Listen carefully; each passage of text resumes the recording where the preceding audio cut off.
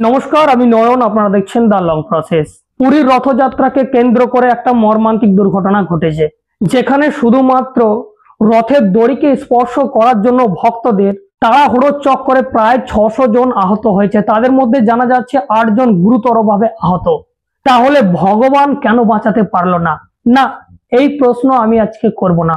আমি যে প্রশ্ন আজকে করব, যে বিষয় আজকে তুলে ধরবো, আপনারা সম্পূর্ণ ভিডিওটি দেখে যান, শুনে যান, তাহলে আপনারা এটা স্পষ্ট হয়ে যাবেন যে আপনাদেরকে কি করা দরকার ছিল আর আজকে আমরা কি করছি। দেখুন, ডক্টর বাবা সাহেব আম্বেদকর বলছেন, যেদিন মন্দিরে যাওয়া ভিড় স্কুল, কলেজ এবং বিশ্ববিদ্যালয়ের দিকে যেতে শুরু করবে, সেদিন দেশের উন্নয়ন হবে। কিন্তু আজকে আমরা কি করছি? মন্দির, মসজিদ, গির্জা, গুরুদ্বারা, বিভিন্ন ধর্ম স্থানে আমরা ভিড় করছি। না, ভিড় করুন, কিন্তু কথাগুলো শুনে যান। তো এই সমস্ত ধর্ম স্থানে গিয়ে আমাদের সাধারণ মানুষের কোনো উন্নয়ন হবে নাকি আমরা শুধু আনন্দ ফুর্তি আর মজ মস্তি বা মনের সান্ত্বনার জন্য যাচ্ছি? প্রশ্ন করতে হবে।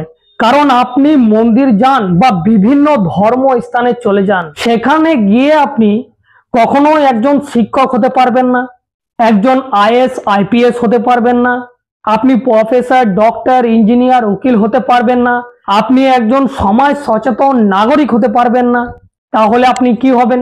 আপনি হবেন জ্যোতিষী, আপনি হবেন তান্ত্রিক। তাহলে এই সমস্ত সাধু গুরু হয়ে দেশের কি কোনো উন্নয়ন হবে? আপনারা দেখলেন ভারত এবং পাকিস্তানের যুদ্ধ। পাকিস্তানে এইরকম হাজার হাজার গন্ডায় গন্ডায় পীর বাবাজিরা রয়েছে, ভারতে বসে যারা চমৎকার করে, অলৌকিক কথা বলে, তারা শাস্ত্রের মন্ত্রের দ্বারা সমস্ত কিছু করে দেয়, সেই রকম একাধিক পাকিস্তানও রয়েছে, যেমন আমাদের ভারতে রয়েছে।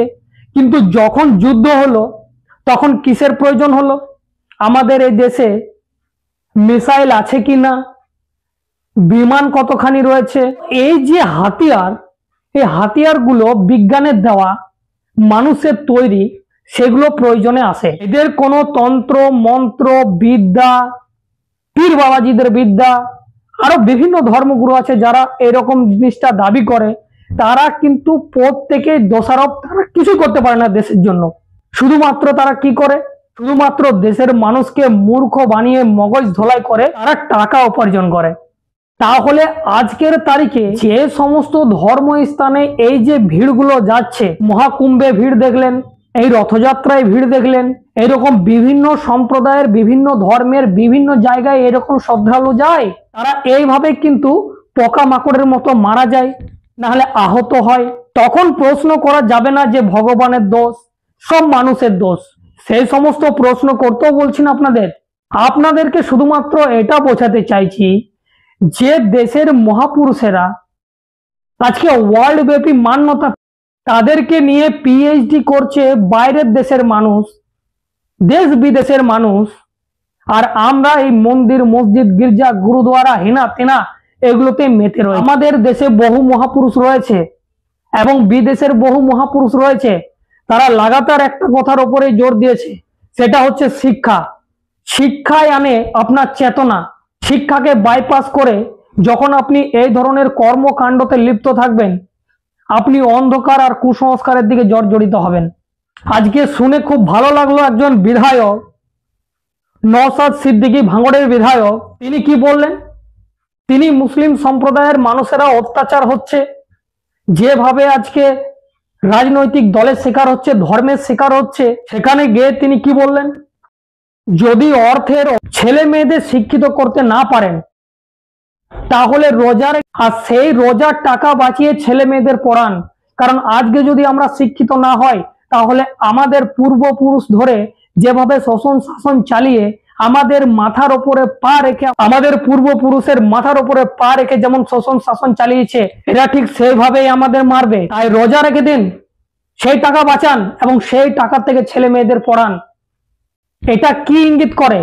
এটা হরিচাঁদ গুরুচাঁদ ঠাকুরের সেই উদ্দেশ্যকে ইঙ্গিত করে, ডক্টর বাবা সাহেব আম্বেদকরের উদ্দেশ্যকে ইঙ্গিত করে, গাডগে মহারাজের মহান বিচারকে ইঙ্গিত করে। গাডগে মহারাজ কি বলেছিলেন? খাবার খাওয়ার পাত্রটা পর্যন্ত বিক্রি করে দাও, হাতে নিয়ে খাও, সেই পাত্র বিক্রি করে যে টাকা আসবে, সেই টাকা দিয়ে ছেলে মেয়েদের পড়াশোনা করাও। হরিচাঁদ গুরুচাঁদ ঠাকুরের মহান সেই উদ্দেশ্য, খাও বা না খাও তাতে দুঃখ নাই, ছেলে মেয়েদের শিক্ষিত করো এই আমি চাই। মহাপুরুষেরা বারবার শিক্ষার উপরে জোর দিয়েছে, কিন্তু আজকের তারিখে যদি আমরা সেই ভিড়ের দিকে যাই, সেই মন্দিরের ভিড়ের দিকে যাই, বা আরো বিভিন্ন ধর্মের ভিড়ের দিকে আমরা ঢুকি, তাহলে তো এরকম পোকামাকড়ের মতোই মারা যাব।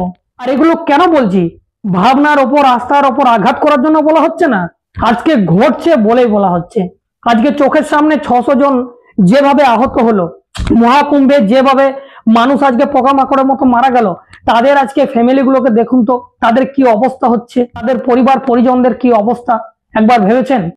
বছরের পর বছর আমরা আনন্দ করে নিচ্ছি, আর কত মানুষ মারা যাচ্ছে আমরা কখনো সেদিকে একবারও তাকাই না। কিছু টাকা দিয়ে দিলাম ডোনেশনের নামে, তো এই করে ভারত কি উন্নয়ন শিওরে যাবে?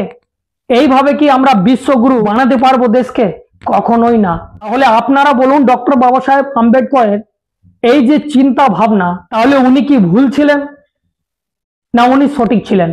যদি আপনারা মানছেন যে উনি সঠিক ছিলেন, তাহলে আজ থেকে আপনাদেরকে মস্তিষ্কে এটা ঢুকিয়ে নিতে হবে বাবা সাহেবের এই বিচার। যেদিন মন্দিরে যাওয়া ভিড় স্কুল কলেজ আর বিশ্ববিদ্যালয়ের দিকে যাবে, সেদিন দেশের মূল উন্নয়ন হবে। আপনাদের ছেলে মেয়েদের স্কুল কলেজ বিশ্ববিদ্যালয়ের দিকে পাঠান, এই কর্মকাণ্ড হেনাতেনা এগুলোই পাঠাবেন না।